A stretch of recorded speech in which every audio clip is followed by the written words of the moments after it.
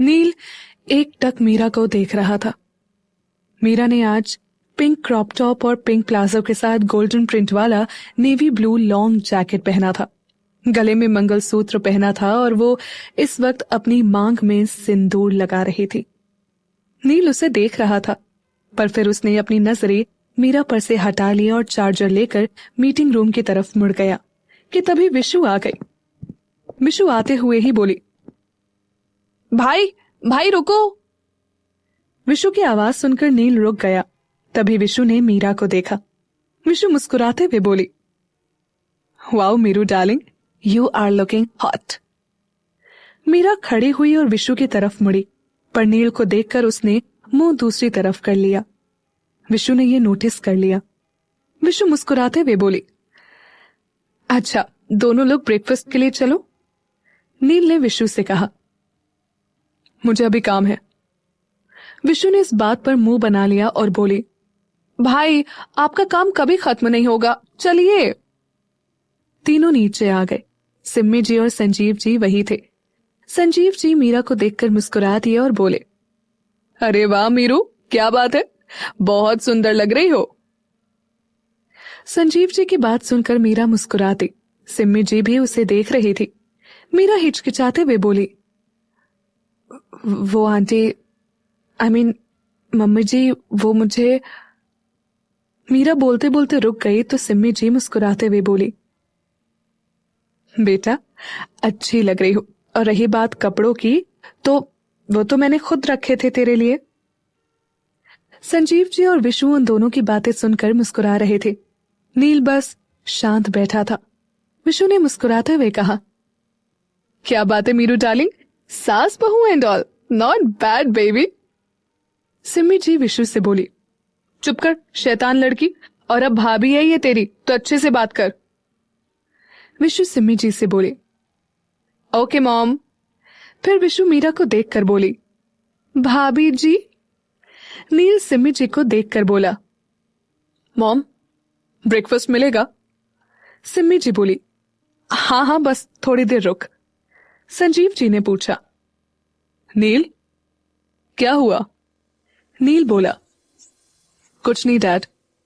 तभी विशु कुछ सोचकर बोली, मम्मा आज तो मीरा की पहली रसोई होगी है ना, और उसे कुछ मीठा बनाना होगा। सिम्मी जी हिचकिचाते हुए बोली, हाँ बेटा, पर ऐसे में वो। मीरा ने कहा, मैं बना लूंगी। बताइए क्या बनाऊं। सिम्मी जी हल्का सा मुस्कुराते हुए बोली, जो तेरा मन करे।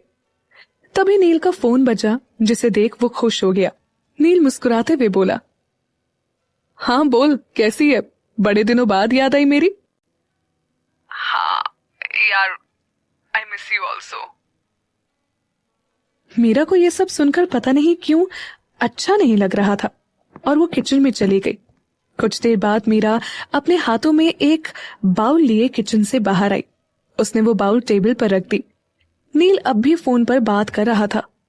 ये देख मीरा को न जाने क्यों चिढ़न हो गई और वो किचन में वापस चली गई। मीरा खुद से बोली, अभी तो ब्रेकफास्ट के लिए मरा जा रहा था, अब देखो कैसे चिपका पड़ा है फोन पर। खैर मुझे क्या, जस्ट चिल मीरू। फिर वो कुछ खाने के बर्तन लेकर बाहर आई। नील अब भी फोन पर बात कर रहा था। सब डाइनिंग टेबल पर थे। विशु ने इशारे करके नील को बुला लिया और नील वहां आकर बैठ गया। नील फोन पर बात करते हुए ही बोला, बिजी रहता हूं यार, इसीलिए बात नहीं कर पाता, वरना तू जानती है मैं तुझे मिस ना करूं ऐसा नहीं हो सकता। हाँ चल bye, miss you so much, take care. Vishu Neel से बोली, भाई किससे बात कर रहे थे। नील बोला, तुझसे मतलब। ये सुनकर विशु मुंह बनाते हुए बोली, आई नो, आपकी एक लौती दोस्त से ही आप बात कर रहे थे, वैसे मैंने नाना जी और नानी माँ को बता दिया। नील बिना किसी भाव के बोला, व्हाट। विशु मुस्कुराते हुए बोली, अरे यही कि आपने शादी कर ली। नील चौंकते हुए बोला, व्हाट। सिम्मी जी बोली, नील इसमें इतना चौंकने की क्या जरूरत है। मीरा मन में बोली, बड़ा आया शादी करने के टाइम बड़ी आसानी से बोल दिया मैं करूंगा शादी, और अब बताने में। नील सिम्मी जी को देखकर बोला, मॉम, आप नानू और नानी माँ को, आप जानते हो ना, मैंने अपनी इतनी लाइफ उनके साथ बिताई है, और ये बात। संजीव जी बोल पड़े, नील, हम समझते हैं, विशु नहीं समझी, कोई बात नहीं, तुम बात कर लेना, विशु की शादी के लिए वो बहुत जल्द आने ही वाले हैं। सब नाश्ता कर रहे थे, लेकिन नील की नजर मीरा पर चली गई और फिर वो ब्रेकफास्ट करने लगा। नील मन में बोला, पापा जी क्या कर रहे हो, क्यों बार बार इस पर नजरें जा रही हैं। सिम्मी जी बोली, मीरा बेटा तू सबको हलवा दे दे। मीरा मुंह बनाते हुए बोली, वो मम्मी जी किचन में सूजी नहीं थी तो मैंने मूंग दाल का हलवा बना दिया।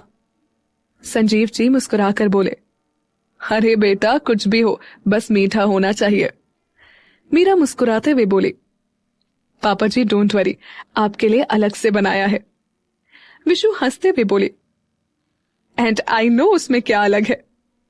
संजीव जी मुंह बनाते हुए बोले, मतलब वो। मीरा बीच में ही बोल पड़ी, शुगर फ्री है, आपका शुगर तुरंत बढ़ जाता है, तो नो रिस्क। नील चुपचाप सब सुन रहा था। सिम्मी जी बोली, हाँ अभी भी ज्यादा ही है। संजीव जी मुंह बनाते हुए ही बोले, अरे एक दिन में क्या होगा। मीरा कहीं खोए हुए बोली, 1 मिनट में जिंदगी बदल जाती है, एक दिन तो फिर भी बहुत है। सब उसकी बात समझ रहे थे। नील भी खाते खाते रुक गया। मीरा दोबारा बोली, आप खाकर देखिए, अच्छा लगेगा। विशु नील को देखकर बोली, वैसे भाई आपको मूंग दाल का हलवा बहुत पसंद है ना, नानी माँ ने बताया था। नील कुछ नहीं बोला। विशु दोबारा बोली, भाई सुन रहे हो। नील बोला, हाँ बोल। विशु ने कहा, आपको मूंग दाल का हलवा पसंद है, नानी माँ ने बताया था। नील बोला, हाँ पर वो बस नानी माँ के हाथ का। विशु मीरा को देखकर बोली, अरे भाई आपने मीरू के हाथ का खाया नहीं है ना, इसीलिए पापा को तो शुगर फ्री हलवा तक बहुत पसंद है। नील मन में बोला, मेरी फैमिली वाले इतना समझते हैं इस लड़की को, इतना तो शायद ये सब मुझे भी नहीं समझते, और ये कितने चेहरे हैं इसके। संजीव जी हलवा खाते हुए बोले, बेस्ट मीरू, हमेशा की तरह। ये सुनकर मीरा मुस्कुरा दी। सब हलवा खा रहे थे। 1 चम्मच हलवा खाते ही नील के एक्सप्रेशंस बदल गए। नील मन में बोला, नानी माँ के हाथों की तरह है बिल्कुल। ब्रेकफास्ट करने के बाद संजीव जी ऑफिस चले गए। मीरा सिम्मी जी से पूछते हुए बोली, वो मैं माँ और चाची के पास जा। सिम्मी जी बीच में ही बोल पड़ी, अरे मीरू बेटा जो मन में आए वो कर, मुझसे पूछने की जरूरत नहीं। तभी विशु मुस्कुरा कर बोली, चल मैं भी चलती हूं। दोनों बाहर आई तो मीरा के घर के बाहर ही बुआ जी खड़ी थी। मीरा उनके पैर छूने के लिए झुकी तो वो पीछे हट गई। बुआ जी चिढ़कर बोली, कुड़िए दूर रहा कर, मेरे करीब भी ना आइयो, इन्ना सब करके भी तेरा मन भी नहीं भरा, पूरे परिवार की बेइज्जती करा दी तूने, पर तेनू की फर्क पैंदा है, जो जी में आएगा करेगी, कुछ तो शर्म कर कुड़िए, दूर रहे अपना इस परिवार से, और मेरे युवी पुत्र पर तो न जाने कौन सा जादू कर देता है तूने, दूर रहा कर मेरे पुत्र से मनहूस कहीं की। विशु गुस्से से आगे बढ़ने लगी पर मीरा ने उसका हाथ पकड़ लिया। इतना बोलकर बुआ जी गुस्से में वहां से चली गई। नील अपने कमरे की खिड़की से सब देख रहा था। नील खुद से ही बोला, सब तो इतना प्यार करते हैं इससे, इसका पूरा परिवार, इवन मेरा परिवार भी, तो इन्हें इतनी प्रॉब्लम क्या है। उस वक्त भी इन्होंने बहुत कुछ सुनाया था, आखिर ऐसा क्या है जो ये इससे इतनी नफरत करती हैं। विशु गुस्से से बोली, मीरू तूने बोलने क्यों नहीं दिया। मीरा ने कहा, छोड़ना, अच्छा सुन, चल हम चलते हैं, तैयारियां करनी है। मीरा विशु के साथ वापस आ गई। सिम्मी जी उन दोनों को देखकर बोली, क्या हुआ, तुम दोनों वापस क्यों आ गई। मीरा धीरे से बोली, कुछ नहीं। अच्छा, आप क्या काम कर रही हैं मम्मी जी? सिमी जी मुस्कुराते हुए बोली, तू जा अभी रेस्ट कर, मैं बाद में बुला लूंगी। विशु मुंह बनाते हुए बोली, यार मीरू, मैं तो चली सोने। मीरा थोड़ा हैरान होकर बोली, इस वक्त? विशु मुस्कुरा कर बोले, हाँ। और इतना कहते हुए विशु अपने कमरे की तरफ चली गई। मीरा नील के कमरे में आई। नील कमरे में ही बैठा था और लैपटॉप से कुछ काम कर रहा था और कानों में ब्लूटूथ लगा था। नील बोल रहा था, इस केस में जो बेसिक डिटेल्स है वो तो है, but I want every information and inquiry, but तब तक आप हर चीज पर नजर रखिए। तभी नील की नजर मीरा पर पड़ी। मीरा अंदर आ गई थी। नील दोबारा बोला, ओके, मैं मिलता हूं आपसे, पर अब अगले कुछ दिनों तक आप उस केस को हैंडल कीजिए। बाय, रखता हूं। मीरा कुछ बोले बिना खिड़की पर बैठ गई और अपने कमरे को देखने लगी। नील उठकर बाहर जाने लगा, तभी सिम्मी जी आ गई। सिम्मी जी नील से बोली, कहां जा रहा है तू? नील ने कहा, मॉम, वो केस से रिलेटेड कुछ काम है। सिम्मी जी मुस्कुराकर बोली, अच्छा, जा। नील चला गया। मीरा कमरे में थी। सिम्मी जी उसके पास आई और मीरा के सर पर हाथ रखकर बोली, वाहे गुरु जी, सब ठीक करेंगे। मीरा उनकी तरफ देखी और धीरे से बोली, मैं गुरुद्वारे जाऊं थोड़ी देर के लिए? सिम्मी जी मुस्कुराकर बोली, जा। मीरा गुरुद्वारे जाने के लिए चेंज करने चली गई। इधर नील एक आदमी से मिला और कुछ बातें करने के बाद वापस आ रहा था। उसके दिमाग में बहुत कुछ चल रहा था। तभी सामने गुरुद्वारा देखकर नील ने गाड़ी रोकी और गाड़ी पार्क करके गुरुद्वारे की तरफ आ गया। उसने अपने जूते उतारे और एक सफेद रुमाल अपने सर पर बांधा और अंदर चला गया। नील सर झुकाकर प्रार्थना कर रहा था, प्लीज बाबा जी, सब ठीक कर दो, प्लीज। उसके साथ पता नहीं कैसी होगी मेरी लाइफ, प्लीज अब कोई प्रॉब्लम नहीं हो।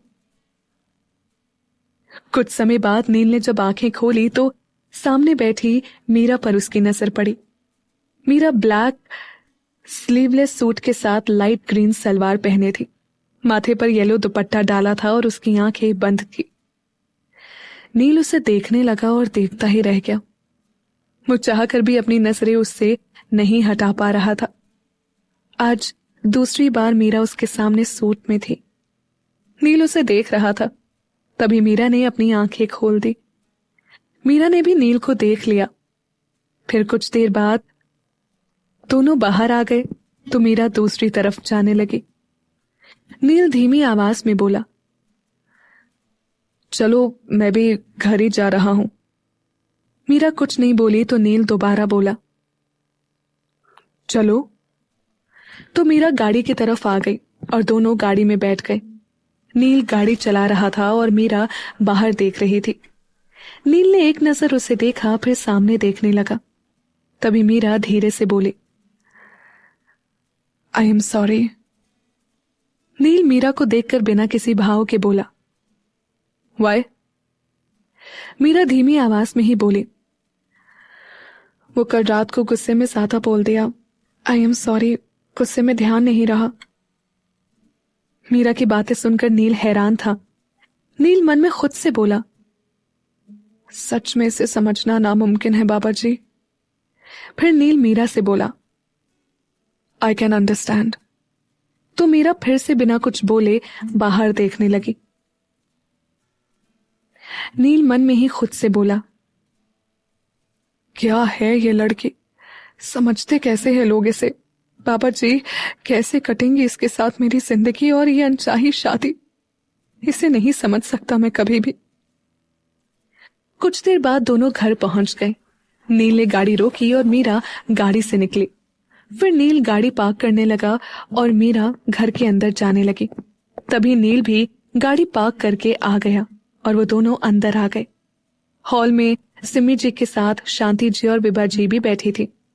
नील और मीरा को साथ देखकर विभा जी और शांति जी मुस्कुरा दी। नील और मीरा साथ में बहुत अच्छे लग रहे थे। कोई भी देखता तो बस यही कहता, दोनों एक दूसरे के लिए ही बने हैं। सिमी जी दोनों को देखकर बोली, मीरू बेटा, तू तो गुरुद्वारे गई थी और नील बीच में ही बोल पड़ा, वो मॉम, मैं गुरुद्वारे गया था तो ये वही थी। विशु आते हुए बोली, wow Meeru darling, looking beautiful. भाई और तुम साथ में बहुत अच्छे लग रहे हो। मीरा अब उनके पास आ गई और नील अपने कमरे में चला गया। विभा जी बोली, देखा दीदी, कितनी प्यारी लग रही है हमारी मीरू। शांति जी मुस्कुराते हुए बोली, हाँ। विशु मन में खुद से बोली, अच्छा हुआ मीरू की शादी उस गधे घन चक्कर शरद से नहीं हुई। भाई और मीरू साथ में कितने अच्छे लग रहे हैं, बिल्कुल परफेक्ट। मीरा इस बीच काफी शांत बैठी थी। तभी विभा जी ने मीरा की ओर देखकर कहा, मीरू बच्चा, वाहेगुरु सब अच्छा करते हैं और फिर इस रिश्ते से तुम्हें तकलीफ हुई होगी। जानते हैं तुमने शरद को अपना पति मान लिया होगा, पर नील ने जो किया वो परिस्थितियों के हिसाब से किया। नील वापस नीचे आ रहा था, पर उसने विभा जी की बात सुन ली और वापस रूम में चला गया। नील मन में बोला, ये तो सोचा ही नहीं मैंने, वो उससे प्यार करती है। बाबा जी, सच में बहुत गलत किया मैंने। इधर विशु मन में बोली, अरे मम्मी जी क्या बोल रही हैं, वो घन चक्कर वो सिर्फ दोस्त था मीरू के लिए। सिम्मी जी बोली, बस सब भूलने की कोशिश कर बेटा। फिर सिम्मी जी उठकर किचन में चली गई। मीरा शांत थी और खामोशी से सबकी बातें सुन रही थी। मीरा मन में बोली, मुझे शरद की जिंदगी से जाने का दुख नहीं है और ना ही उसे पति माना था, ना उससे प्यार करती थी, पर मेरी शादी एक ऐसे इंसान से हो गई है जिसे मैं बिल्कुल नहीं जानती। बस युवी भाई और विशु के लिए बात की थी एक दिन, वरना सिर्फ झगड़े ही हुए हैं। शांति जी मीरा को समझाते हुए बोली, मीरा देख, अब नील तेरा पति है, पुरानी बातों को भूलकर आगे बढ़। शादी हुई है तुम दोनों की और इसे कोई नहीं झुटला सकता। हम सब जानते हैं कि मुश्किल है तेरे लिए, पर सिर्फ तेरे लिए ही नहीं मुश्किल है, दोनों के लिए ही मुश्किल है। अगर तू उसे नहीं जानती तो वो भी तो तुम्हें नहीं जानता है बेटा। देख, बहुत मजबूत होता है पति पत्नी का रिश्ता, और कहते हैं कि शादी के बाद जन्मों जन्मों के लिए दो लोग एक हो जाते हैं। तो पहले एक दूसरे को समझने की कोशिश करो। इस रिश्ते में समझदारी और विश्वास होना सबसे ज्यादा जरूरी है। मीरा सब चुपचाप सुन रही थी।